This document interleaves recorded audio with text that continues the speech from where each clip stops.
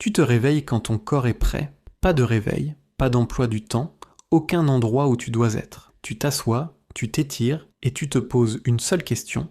Qu'est-ce que je devrais faire aujourd'hui? Pour 99% de l'histoire humaine, ce n'était pas une question hypothétique. C'était la réalité de chaque matin pendant environ 300 000 ans.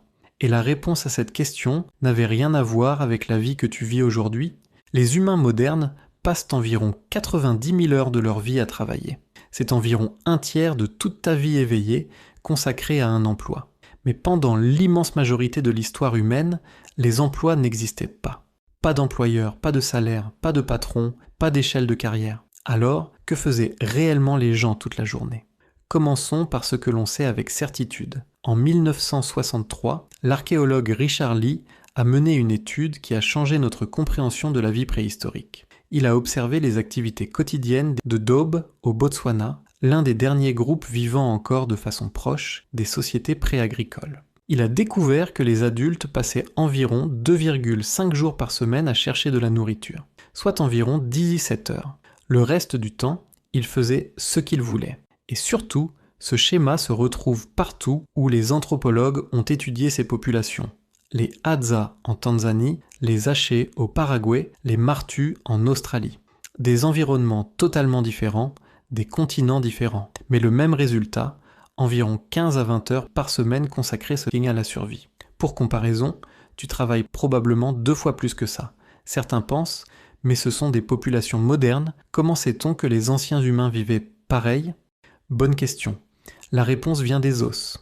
Quand les archéologues comparent les squelettes des chasseurs-cueilleurs anciens avec ceux des premières populations agricoles, la différence est frappante.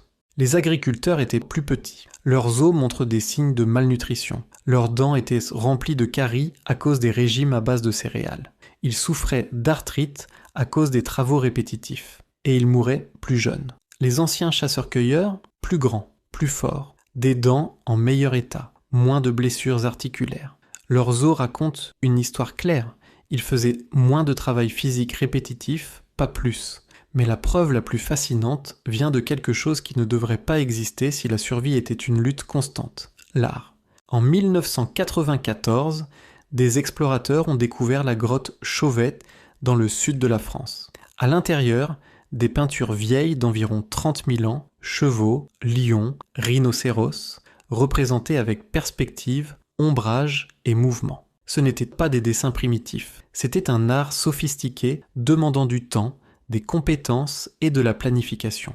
Quelqu'un a passé des heures, peut-être des jours, au fond d'une grotte éclairée au feu, à peindre des animaux sur une paroi, pas pour survivre, pas pour manger, mais pour la beauté, pour le sens. Dans la grotte de Blombos, en Afrique du Sud, les archéologues ont trouvé des perles de coquillages vieilles de 100 000 ans, de minuscules trous percés dans des coquillages, clairement destinés à être portés comme bijoux. La côte la plus proche était à 20 km. Quelqu'un a marché 40 km aller-retour pour les ramasser, puis a passé des heures à percer avec des outils en pierre, juste pour paraître mieux.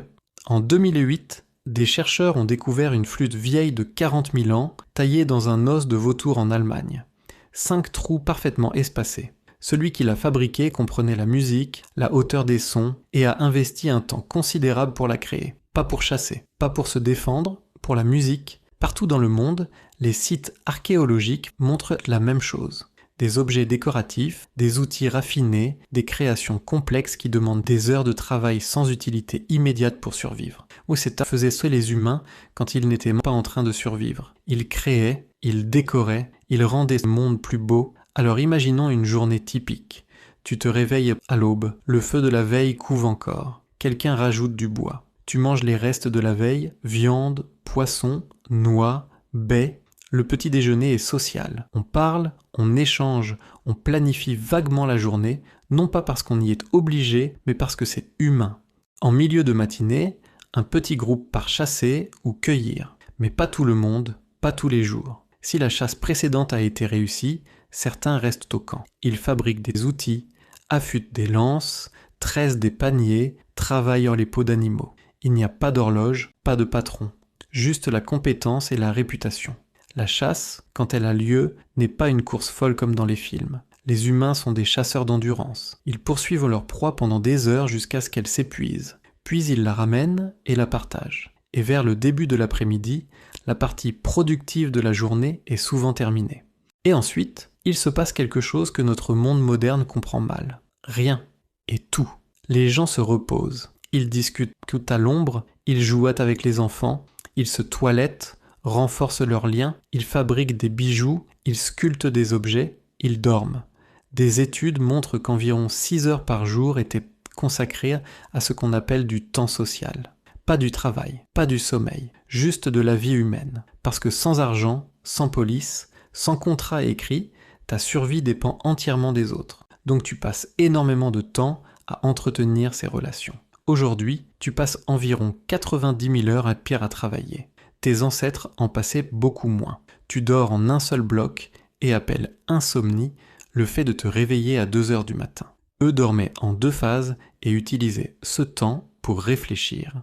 Tu passes ta vie à chercher réussite, richesse et accomplissement selon des standards inventés par la société. Eux se réveillaient déjà libres, déjà suffisants, sans rien à prouver à personne.